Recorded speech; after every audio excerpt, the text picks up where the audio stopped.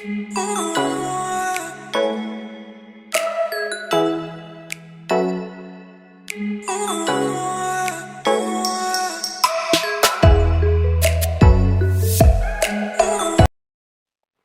Students, ഇന്നത്തെ ക്ലാസ്സിൽ നമ്മൾ നോക്കാൻ പോകുന്നത് മൈക്രോ എക്കണോമിക്സും മാക്രോ എക്കണോമിക്സും തമ്മിലുള്ള ഡിഫറൻസ് ആണ്.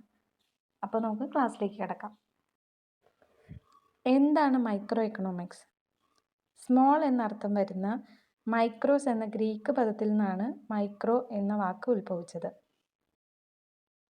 സമ്പദ് വ്യവസ്ഥയിലെ ചെറിയ യൂണിറ്റുകളെക്കുറിച്ചുള്ള പഠനത്തിനെയാണ് നമ്മൾ മൈക്രോ എക്കണോമിക്സ് എന്ന് പറയുന്നത്. അതായത് micro economics studies the behaviour of production units, factors of production, consumers etcetera. അതായത് നമ്മുടെ സമ്പദ് വ്യവസ്ഥയിലെ പ്രൊഡക്ഷൻ യൂണിറ്റിനെ കുറിച്ചും ഫാക്ടേഴ്സ് ഓഫ് പ്രൊഡക്ഷനെ കുറിച്ചും കൺസ്യൂമേഴ്സിൻ്റെ ബിഹേവിയറിനെ കുറിച്ചും പഠിക്കുന്ന, അങ്ങനെ സ്മോൾ യൂണിറ്റ്സിനെ പറ്റി പഠിക്കുന്ന ഒരു ശാസ്ത്രശാഖയാണ് മൈക്രോ എക്കണോമിക്സ്. പ്രൈസ് ഡിറ്റർമിൻ ചെയ്യുക എന്നുള്ളതാണ് മൈക്രോ എക്കണോമിക്സിൻ്റെ മെയിൻ കൺസേൺ ആയിട്ട് വരുന്നത്. അതുകൊണ്ട് തന്നെ നമ്മൾ മൈക്രോ എക്കണോമിക്സിനെ പ്രൈസ് തിയറി എന്നും പറയുന്നു. എന്താണ് മാക്രോ എക്കണോമിക്സ്?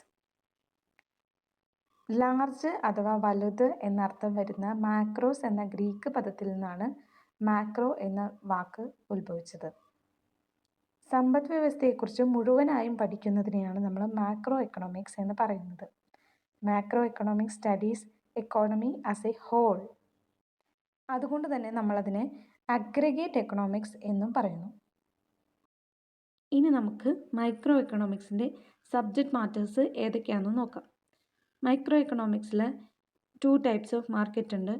പ്രോഡക്റ്റ് മാർക്കറ്റും ഫാക്ടർ മാർക്കറ്റും. അതിൽ പ്രോഡക്റ്റ് മാർക്കറ്റിൽ വരുന്ന subject matters theory of demand, theory of production, theory of cost, theory of product pricing എന്നിവയാണ്. ഫാക്ടർ മാർക്കറ്റിലാണെങ്കിൽ determination of wages, determination of interest, determination of rent, determination of profit എന്നിവയാണ്.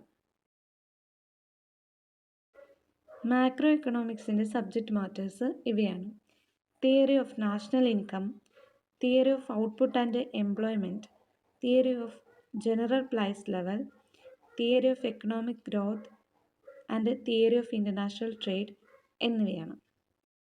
ഇനി നമുക്ക് മൈക്രോ എക്കണോമിക്സും മാക്രോ എക്കണോമിക്സും തമ്മിലുള്ള major differences ഏതൊക്കെയാണെന്ന് നോക്കാം. സമ്പദ് വ്യവസ്ഥയിലെ ചെറിയ യൂണിറ്റുകളെ പറ്റിയുള്ള പഠനത്തിനെയാണ് നമ്മൾ മൈക്രോ എക്കണോമിക്സ് എന്ന് പറയുന്നത്. എന്നാൽ മാക്രോ എക്കണോമിക്സ് എന്നാൽ എക്കോണമിയെ മൊത്തത്തിലായി പഠിക്കുന്നതിനെയാണ് നമ്മൾ മാക്രോ എക്കണോമിക്സ് എന്ന് പറയുന്നത്. മൈക്രോ എക്കണോമിക്സ് പ്രൈസ് തിയറി എന്നും അറിയപ്പെടുന്നു. അതുപോലെ തന്നെ മാക്രോ എക്കണോമിക്സ് അഗ്രിഗേറ്റ് എക്കണോമിക്സ് എന്നാണ് അറിയപ്പെടുന്നത്. മൈക്രോ എക്കണോമിക്സിൽ നമ്മൾ producers, consumers, factors of production എന്നിവയുടെ ബിഹേവിയേഴ്സിനെ പറ്റിയാണ് പഠിക്കുന്നത്.